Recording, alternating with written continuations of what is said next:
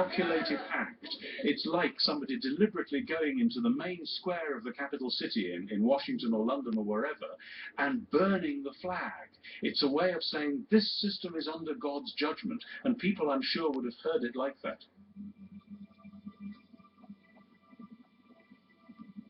Everyone, including Jesus, knew that the temple priests wouldn't tolerate any more insults. Pontius Pilate, too, would have been alerted to the disturbance. What was Jesus thinking? It couldn't be ignored. For pilgrims who come for the first time in their lifetime to Jerusalem, and they come with some kind of leader from the Galilee, and that's what the leader does. They will talk about this. And that's exactly what the priest didn't want it to happen. Everything Jesus had done so far, the healing, the parables, the provocative entry into Jerusalem, would have won him more support. But equally, it would have gotten him deeper into trouble. A confrontation with the temple priests was looming. The outcome of that encounter would decide the fate of his mission. In the days before his death, Jesus of Nazareth began deliberately provoking his enemies. Until now, scholars have wondered why.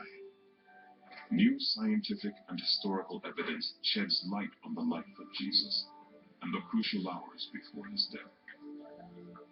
And for the first time, scientists put a human face on a man more than 1 billion people believe to be the Son of God.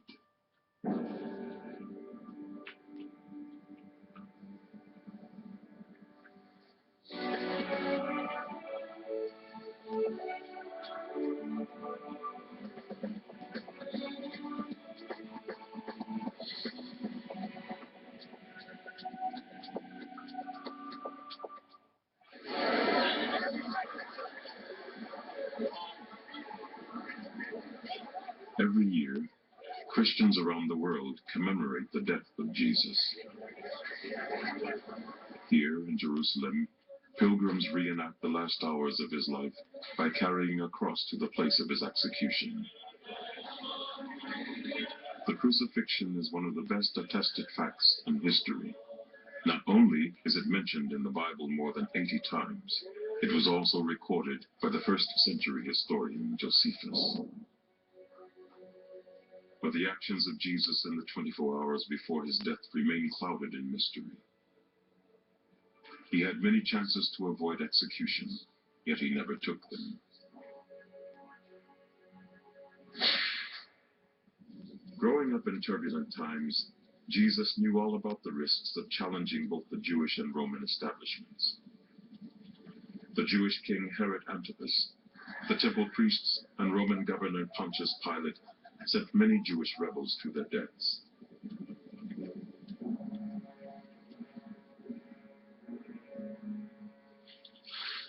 And yet Jesus put himself at risk, admitting that he believed himself the Messiah, the Savior the Jews had been longing for. Right away, he gathered around him 12 disciples and launched a campaign that put him on a collision course, not with the Romans, but with the Jewish authorities. From Galilee, he began reaching out to the outcasts, people rejected by Jewish religious leaders. He healed the sick, he cured the blind and the lame.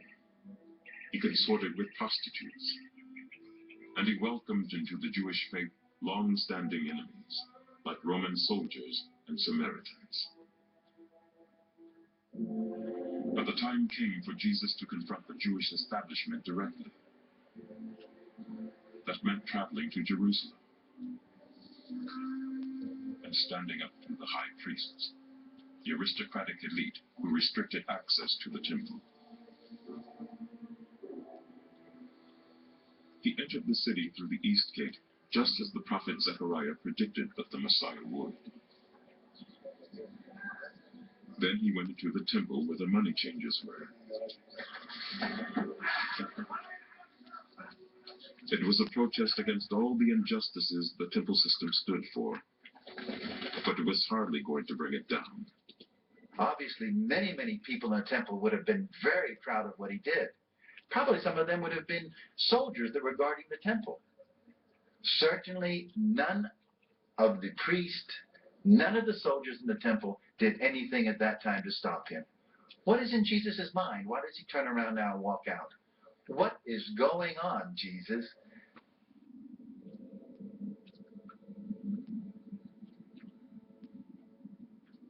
That night was the eve of the holiest day in Judaism, Passover. Ignoring a chance to escape, Jesus invited his disciples to celebrate the holiday. Passover was an uneasy time for both the Romans and the temple priests, because it commemorated the flight of the Hebrews from Egypt. It was an occasion when Jewish thoughts inevitably turned to freedom from oppression and injustice. The disciples couldn't have guessed that this was to be their last supper together. It was meant to be a festive meal.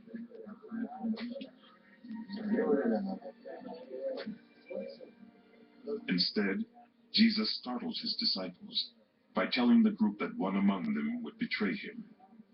Before the disciples had taken in the news, Jesus made a cryptic remark. He told Judas to go and do what he had to do. Many have held that this story means to show that Judas was the traitor, but that's not necessarily how the disciples would have seen it. The Gospel of Matthew says that Judas was the only disciple Jesus called his friend. In fact, a careful reading of the Gospel shows that none of the disciples suspected Judas. When Judas leaves during the Last Supper, everybody in that room, including the beloved disciple, think there are two options. He's going to give money to the poor so they can celebrate Passover, or he's going to make preparation for the Passover for Jesus' group. In any case, everybody in the room thinks he's doing Jesus' will. What is going on? The disciples would soon find out. After supper, the disciples minus Judas made their way home. Because it was Passover night, Roman soldiers and temple guards may well have been on patrol, some of them perhaps even out looking for Jesus. On the way home to their lodgings in the nearby town of Bethany, they stopped for a rest in the Garden of Gethsemane, overlooking the city on the Mount of Olives.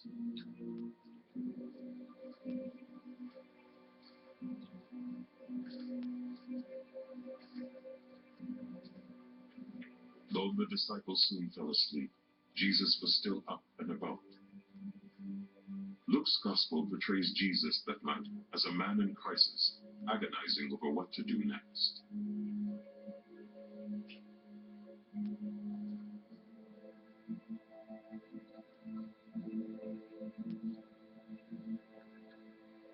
In his anguish, writes Luke, his sweat fell to the ground like great drops of blood. This evocative image is sometimes regarded as a figure of speech, but evidence shows that it may have been a very real experience, giving us a glimpse into Jesus' state of mind.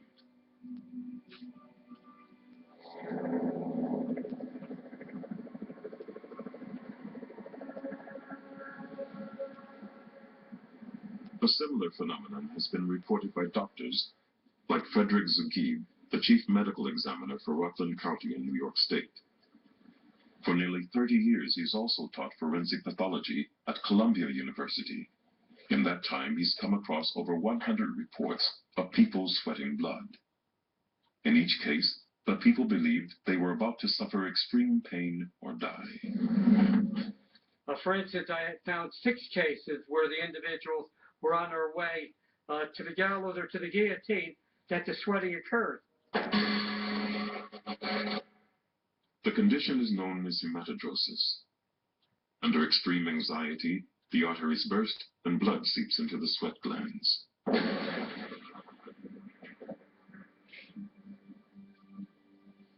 The forensic evidence strongly suggests that Jesus was in anguish because he knew that the end was near.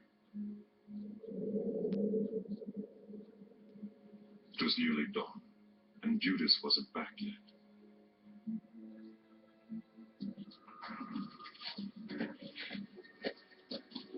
When Jesus returned to the disciples, he scolded them for not staying awake. Then suddenly Judas appeared, with temple guards. They had come to arrest Jesus.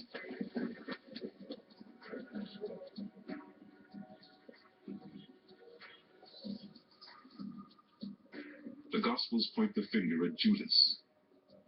After all, they say, he admits he was paid 30 pieces of silver by the priests. But a new theory suggests that no betrayal was actually involved. When William Klassen looked at the Gospels in the original Greek, he found that the word betrayal was a mistranslation. Well, the word paradidomi is the important one. That's the one that's always used to describe what Judas did. And in all classical Greek, in all New Testament passages, where it does not apply to Judas, it's always translated simply hand over.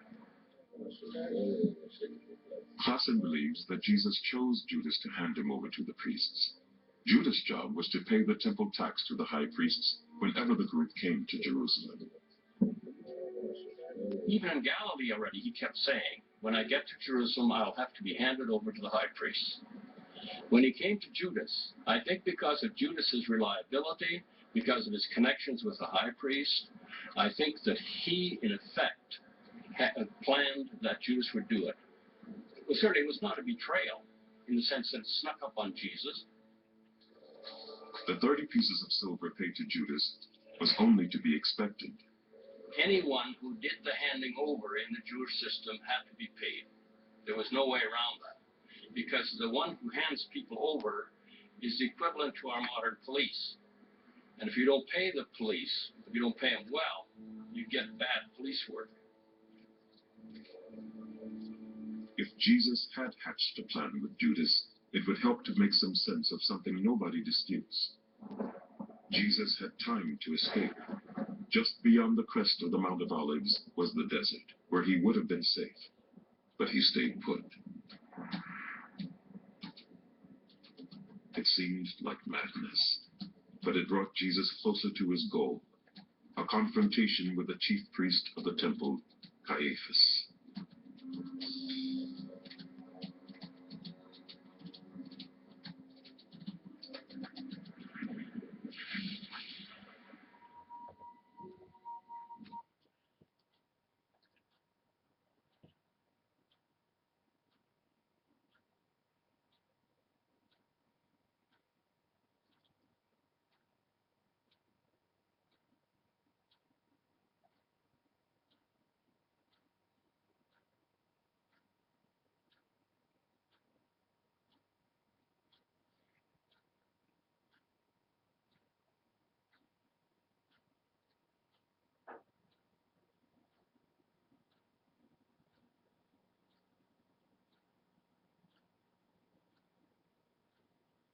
Bible continues.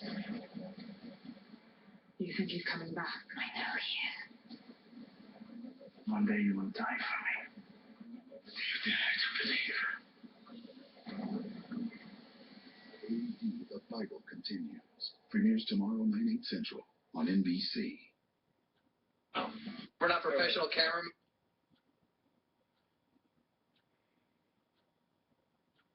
This was the most important figure in the Jewish establishment.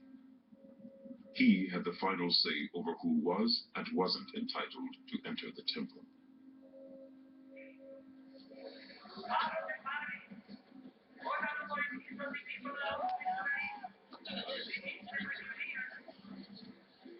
Like modern Jerusalem at festival time, the city would have been heaving with pilgrims, soldiers on red alert. According to historians, the last thing Caiaphas wanted was a riot on his hands. He would have to act decisively. Caiaphas probably genuinely believed that Jesus was a troublemaker, genuinely believed that he was a false prophet who was leading the people astray, and genuinely thought that he should be got rid of. Caiaphas wasn't the only official worried about security that week. As chief priest, he answered to Pontius Pilate, the ruthless Roman governor.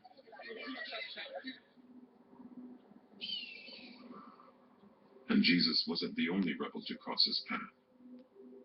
There was actually another messianic pretender in the time of Pilate. This man was a Samaritan. He claimed to be the Samaritan Messiah, or Taheb as he was known, and he gathered a large crowd of people to the foot of a mountain called Mount Gerizim. Pilate heard about this. He heard that there was a great number of people all gathering in this small town, and that the people actually had weapons with them. So he sent in the cavalry, who executed lots of them and captured others. Jesus was just a provincial. It wasn't worth it to allow a provincial to carry on and possibly incite a rebellion, which then would have got to Rome. It would have looked bad on Pilate.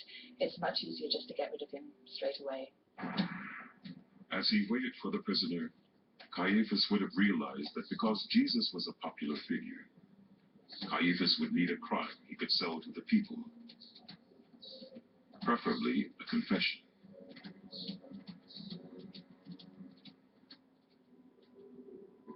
The Gospels contain revealing glimpses into the exchanges that took place between Jesus and Caiaphas. The chief priest accused Jesus of acting like a Messiah and a new king of the Jews.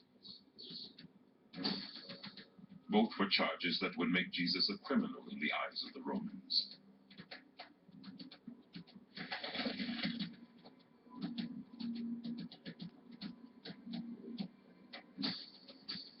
Jesus could hardly deny the charge, but he heard his case by adding that Caiaphas would see him exalted on the clouds of heaven, sitting on the right hand of God.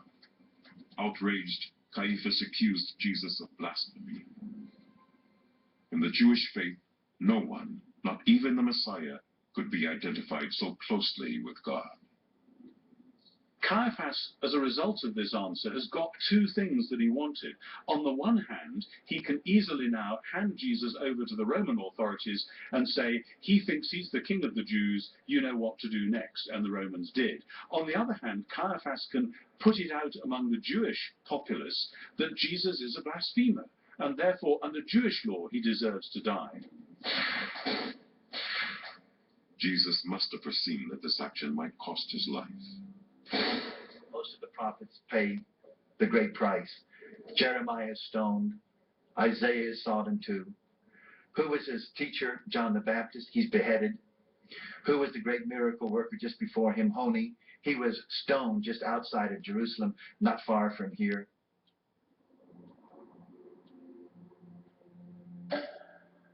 Stoning is probably what the priests had in mind for Jesus. Scholars believe it's unlikely they would have expected him to be crucified. If there were priests that turned him over to Pilate, they may have in their mind, let's get this great man, this one that's a trouble rouser, this one that has problems, gathers crowds, let's put him with the high priest, let us put him with the Roman authorities for a day or two. I don't think the high priest thought that he might be crucified. Would a Jew who was religious want that happen to another man who's religious?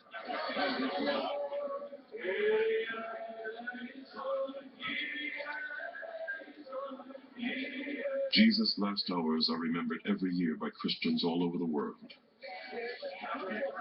Here in Jerusalem, pilgrims retrace the route Jesus took from his prison to the place of his execution.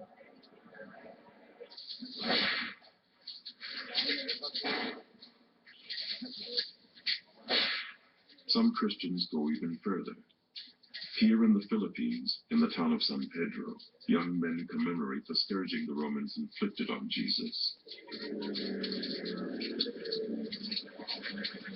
San Pedro is a poor but devout community, and the people here believe that their prayers for better times will be answered if they endure this much pain.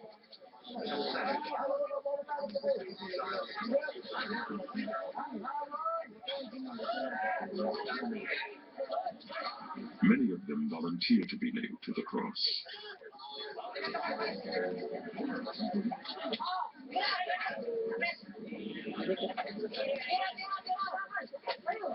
It's a powerful evocation of the scene in Jerusalem 2,000 years ago. But scholars have questioned some of the details. For years, some have argued that Jesus must have been nailed through the wrists, as the weight of his body would have torn the hands. But now, Forensic tests reveal that the traditional image may have been right after all.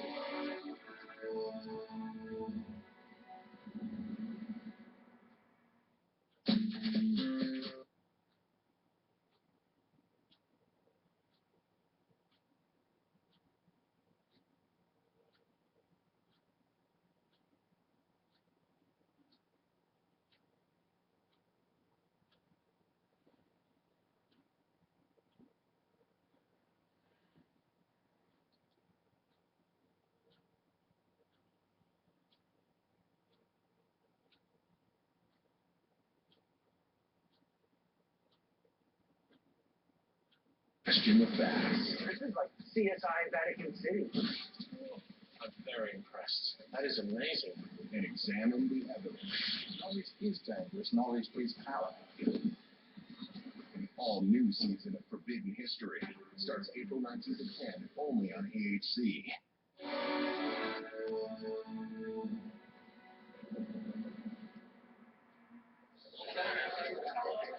Since the Gospels say Jesus was up on the cross for 6 hours, it may seem as if the hands couldn't possibly support the body.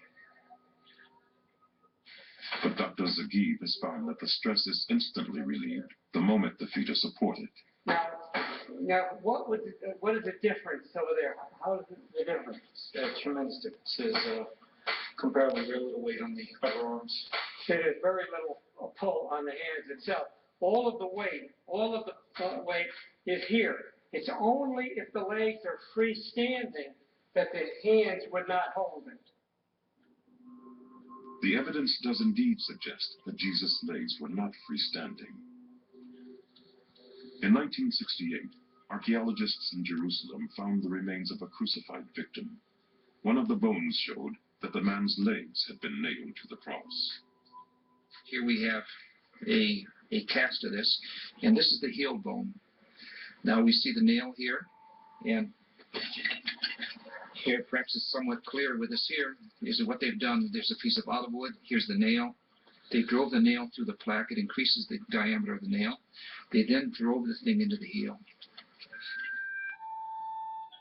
Nailed to the side of an upright, the legs would have been able to take the weight of the hands. Sometimes the Romans even nailed a piece of wood to the cross for the victim to sit on. A man could be up on the cross for days.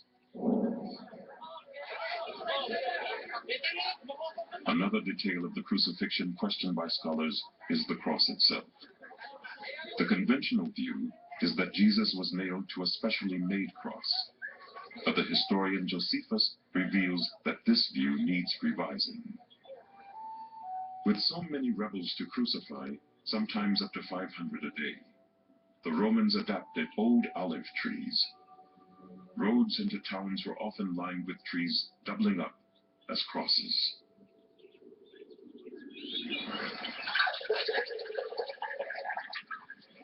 It was also common practice for the victims to be offered something to quench their thirst or dull the pain. The Gospels say a soldier gave Jesus a sponge soaked in vinegar. Perhaps that's why he was able to stay alive for so long. As Jesus hung on the cross, the Gospels report that some in the crowd mocked him. And then you could hear the mocking. Oh, you who healed others, why don't you come down and heal yourself? The mocking. Powerless. The great powerful one is now left powerless. The Gospels say that Jesus' mother and Mary Magdalene, one of his closest followers, were also present. It must have seemed to everyone that the mission Jesus had launched back in Galilee was ending in humiliating failure.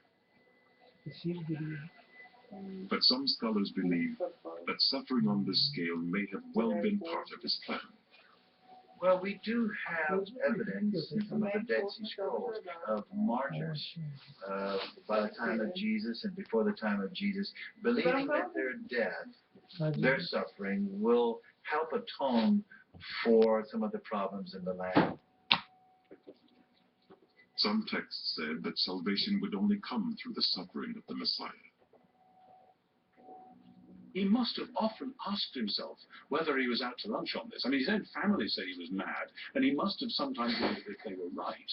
But we mustn't think of him as though he was just some crazy suicide bomber or kamikaze pilot or something like that.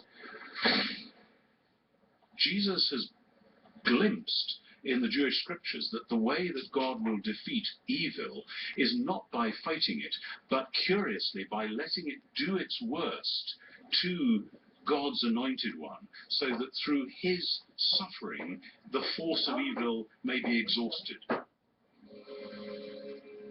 He was not immune to human emotions. In his final hour, say the Gospels, he cried out to God. My God, why have you forsaken me?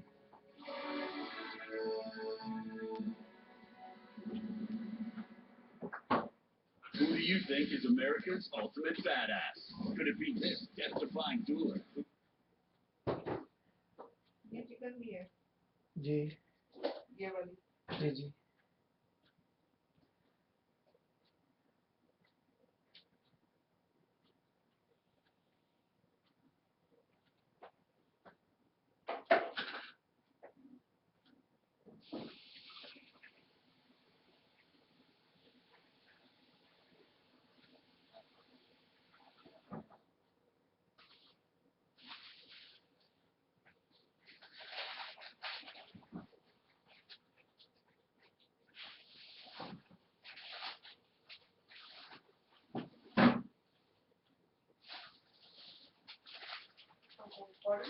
Everything comes unraveled. We're standing in front of it. You question the facts. This is like CSI Vatican City. Very impressed. That is amazing. And examine the evidence. Knowledge is dangerous. Knowledge is power. An all-new season of Forbidden History starts April 19th at 10, only on AHC.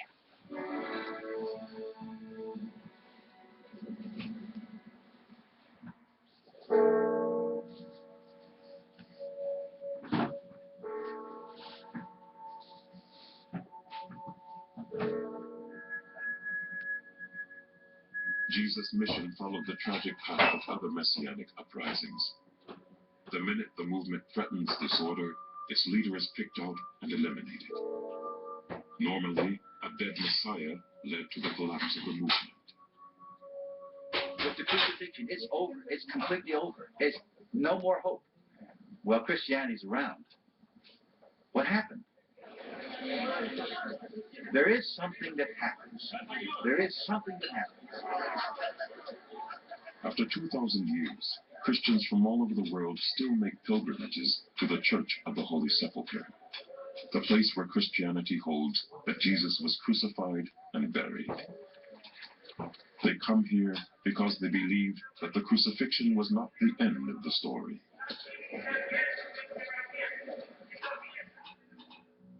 Somewhere on the spot where the church now stands, a small first-century Jewish sect snatched victory from the jaws of defeat.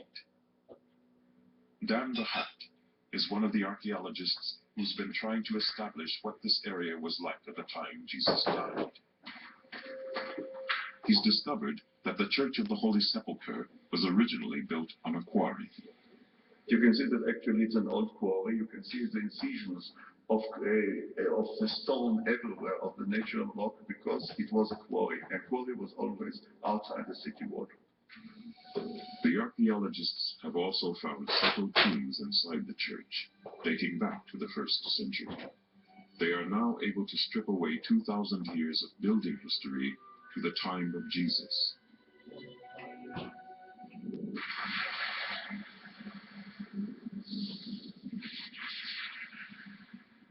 During the 1st century, when the population was small, the city walls were about 100 yards back from where they are now.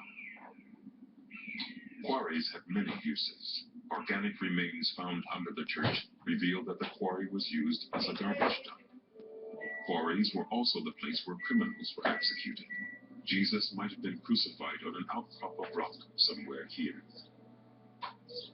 In Jewish law, a corpse was the most impure thing, so tombs were also built in quarries outside the city wall. This first-century tomb, hewn into the rock in Jerusalem, is typical of the tombs in the time of Jesus. His burial in a tomb like this should have been the end of the story. But it's here that it developed a surprising twist. The Gospels say that Jesus was resurrected, physically brought back to life. Did it happen? There are Christian bishops who say this is an ancient myth, we have to get rid of it. But most Christians say the heart of Christianity is the absurd claim that this man that was crucified was raised by God. Yes, it is not a rational claim, it is an expression of belief.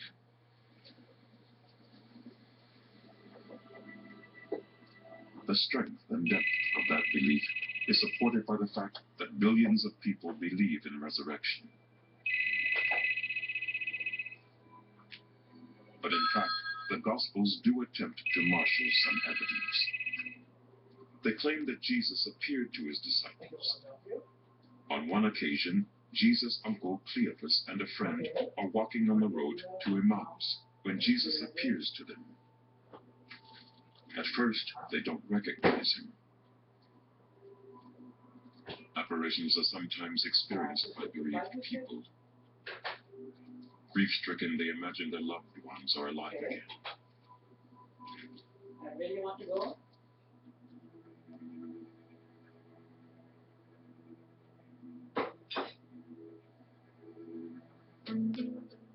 According to Mark Goodacre, in such tricks of the mind, the bereaved have no difficulty in recognizing their loved ones. But the appearances reported by disciples and others in the Gospel are unlike normal visions. Now, this means that somebody is seeing Jesus who is a family member, who knows what Jesus looks like, and yet somehow he doesn't recognize him. So this, in a way, also stands against this kind of hallucination sort of idea. And you also find that there are quite a number of different recipients of these visions, including women. You know, it's well known that if you want to make up some sort of tradition, you don't pin it on women in the ancient world because they're not reliable witnesses. So it's not the kind of thing that, you make up. There should be no room in a rational world for the apparition stories reported in the Gospels. Yet science cannot explain them away convincingly. For the time being, they must remain a matter of faith. But the Gospels do offer some other evidence.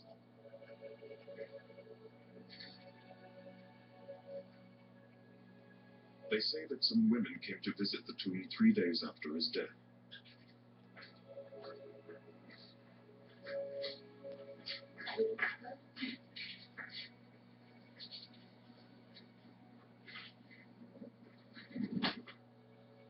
They found the tomb empty and ran away terrified. Since then, people have tried to find a rational explanation for the empty tomb. One possibility is that the body was never taken down to the tomb. A lot of times when you were dead, the body was not taken down from the cross. Is that the body stayed there on the cross, the animals took it down, the jackals, wolves, dogs, birds, vultures. And then a lot of times, most of the time when the body was taken down from the cross, you ended up on the dump, on the city dump. But the Gospels do say that the body was taken down and placed in a tomb. One theory suggests that the body was stolen.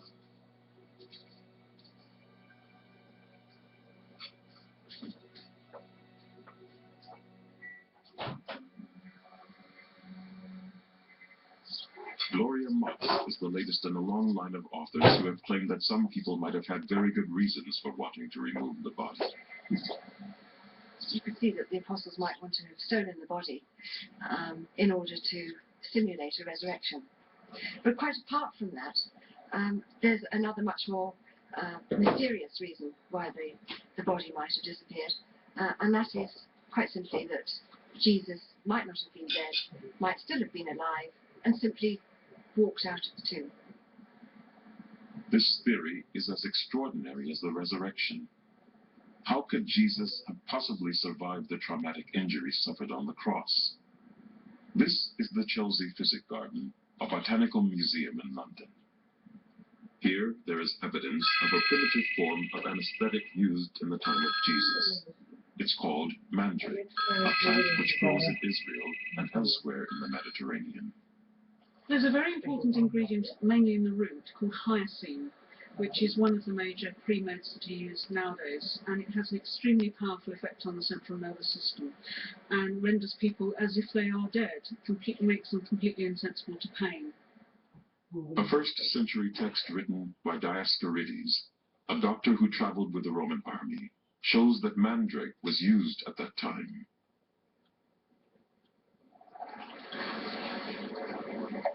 The anesthetic was prepared by soaking a sponge with mandrake solution.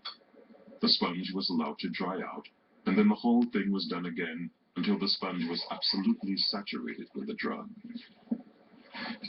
That sponge would have been moistened and would have released the hyoscine under the nose of the intended victim and would have been breathed in.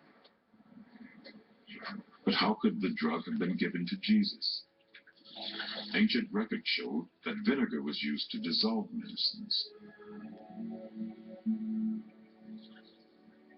Perhaps the mandrake solution was hidden in the vinegar offered to Jesus. Certainly, there are reports of people surviving crucifixion. We know from Josephus he had 3 friends near Bethlehem who had been crucified. He came to Jerusalem, spoke to the rulers.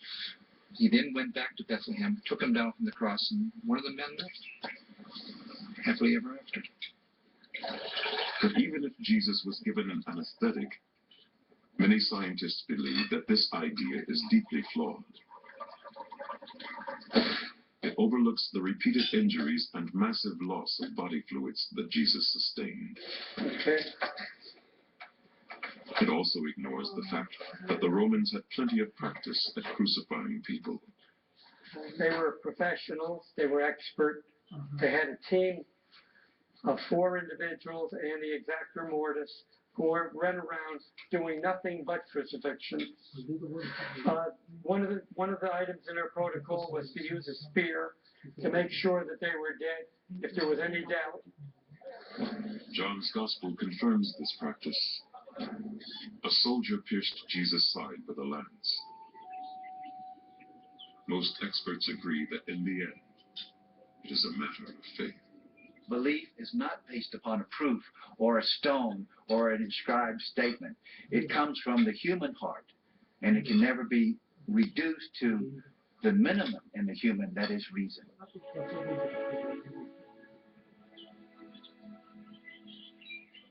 Many experts do believe, however, that Jesus' followers themselves must have been convinced that he'd been raised from the dead.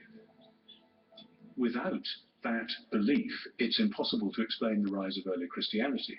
We can imagine a messianic sect going on for a few years, but if they wanted to continue as such, they would certainly have got themselves another Messiah. James, Jesus' brother, was a great leader in the early church, but nobody said James was the Messiah. But you'd have expected them to do that if they knew that Jesus' body was still in the tomb.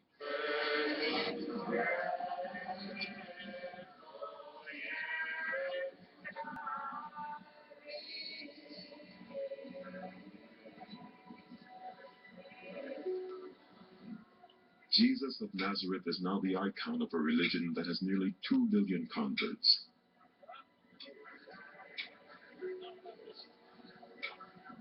Even among people who don't worship him, his face is one of the most recognizable in the world. But are we sure in our view of what he looked like?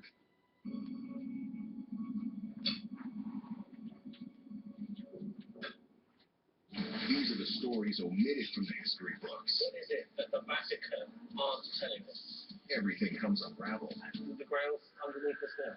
We're standing on top of it. when you question the facts. This is like CSI Vatican City.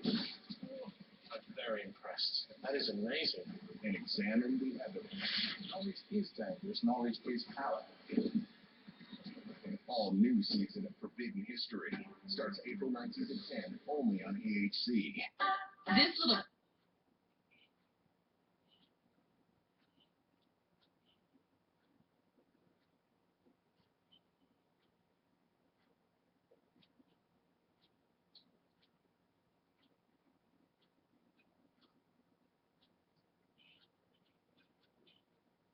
life in a Jewish environment.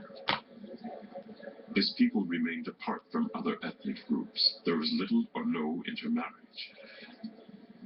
So it's in Jesus' homeland that clues to his true likeness must be found.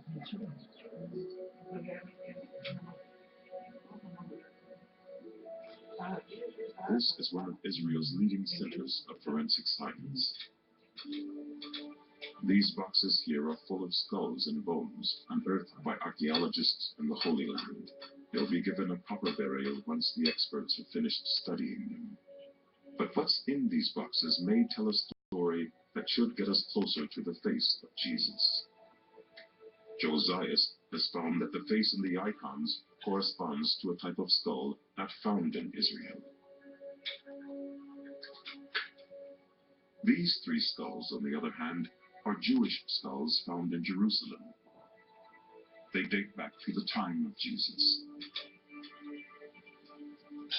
Here is proof that the long, thin face associated with him is not accurate. If we look at the skulls here, these things, rather than being long-headed, which many of the skulls are, these things are very, very wide here in terms of the parietals, and they narrow over here.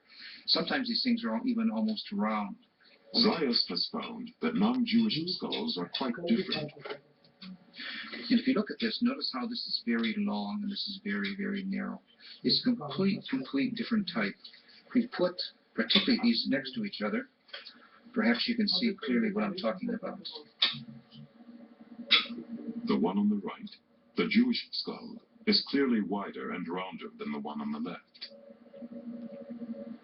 This is much more gracile, much more fine, as compared to this one here. This one's much more robust, even in terms of weight.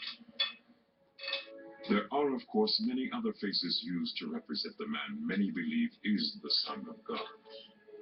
But they too reflect the cultures of their artists. Now, using the 1st century skull, it may be possible to get even closer to the face of the Jesus of history. What can scientists deduce? Richard Neve, from the Department of Art and Medicine at England's University of Manchester, is one of the world's leading forensic artists. Using forensics, he can reconstruct the face of an average 1st century Jewish male. The basic face, the basic shape, the general configuration of the face is determined by the skull, and the face that will emerge from this reconstruction will be broadly similar to the kind of face that this man had when he was alive. The resulting face looks older than 33 years. Neve argues that it easily fits the profile of a man in his mid-30s, living in that part of the world when the average life expectancy was well below 50. Well, as an archaeological reconstruction, that is a fair thing to do for somebody who you know has probably been living in fairly hot climate with lots of bright sunshine, which does tend to make the brows become more furrowed and the skin more creased and wrinkled.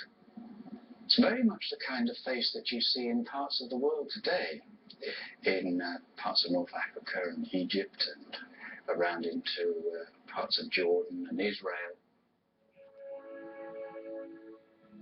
But this face still leaves many questions unanswered. What kind of hair did Jesus have? How long was it? Did he have a beard? How would he have worn it? And what was the color of his skin?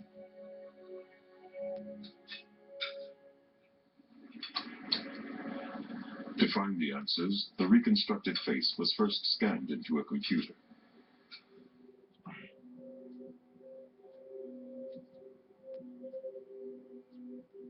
Biblical scholar Mark Goodacre has discovered a number of historical clues which, when fed into the computer, could get us even closer to the likely face of Jesus. The most telling are these images from a Jewish synagogue in Syria. They were painted in the 3rd century, less than 200 years from the time of Jesus. They're the earliest pictures of Jewish people in the world, and they provide an insight into the Jewish styles of beard and hair. The kind of hairstyle that you get, it's short, it's curly, it's, if you like, Afro in style, and this seems to be almost uniform in the way that it is depicted there. Moreover, It's likely that Jesus would have had a short cropped kind of black sort of beard. Something a little bit like this.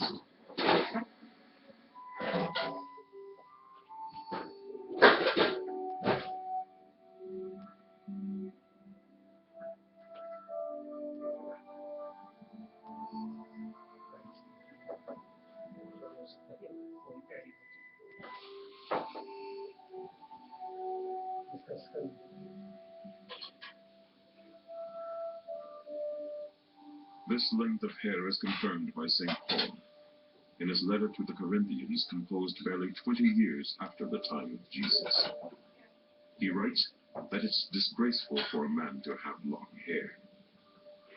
And what's interesting about this is that St. Paul knew members of the family of Jesus, he knew the disciples of Jesus. It's unlikely that Paul would have been able to say something like this if it was well known that Jesus himself had long hair. Goodacre believes that the traditional depictions of Jesus' skin color may also need revising. Firstly, most historians would assume that in Jesus' part of the world, people would be darker skinned. In addition, Goodacre has now found supporting evidence in the Gospels themselves. Matthew writes that when Herod ordered the massacre of children under the age of 2, Mary and Joseph escaped with Jesus to Egypt. Now, it's very unlikely that Jesus would have been able to be hidden in Egypt if he had a very different colour skin from the people that were in Egypt. Intrigued by this possibility, Goodacre investigated further. He looked again at Matthew's and Luke's Gospels and found some unexpected clues, detailed genealogies or records of Jesus' ancestry. There are quite a good number of people of Afro-Asiatic origin. In particular, you see women of Afro-Asiatic origin, people like Rahab, people like Ruth, and so on, who, if you like, would have been much more likely to have darker skin tones.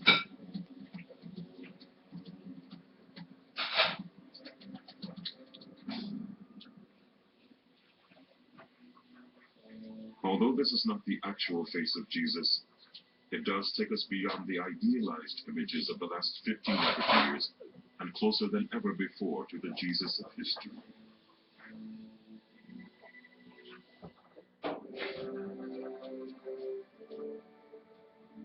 There can now be little doubt that a real flesh and blood man called Jesus of Nazareth challenged the Jewish establishment.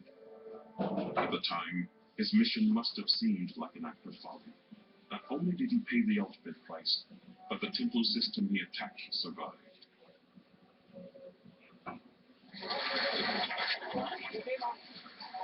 For Christians, Jesus' death became the ultimate sacrifice and a new source of hope in the world. But now historians are recognizing Jesus' place in first-century politics as well. The temple system may well have survived Jesus' challenge, but not for long. Jesus warned that the temple would be destroyed before his generation had passed away. After his death, Jewish resentment against oppression and injustice deepened. The chief priests remained puppets of the Romans. New messiahs came and went. In 64 AD, thousands of Jews began to revolt. The Roman response was brutal. The city was burned and the temple destroyed.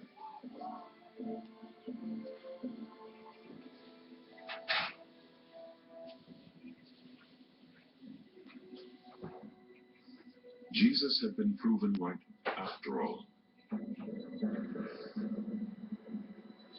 His campaign wasn't an act of madness. He had simply understood before anyone the need for change. हाँ जी हाँ जी दे दो The Romans crucified thousands of Jewish rebels. The name of only one has been revered for 2,000 years. Jesus of Nazareth.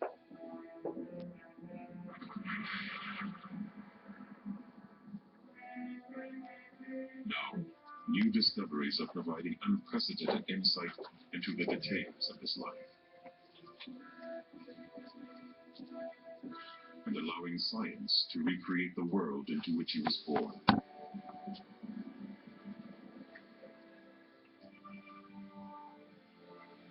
Provide new evidence about the missing years and the turbulent times in which he grew up.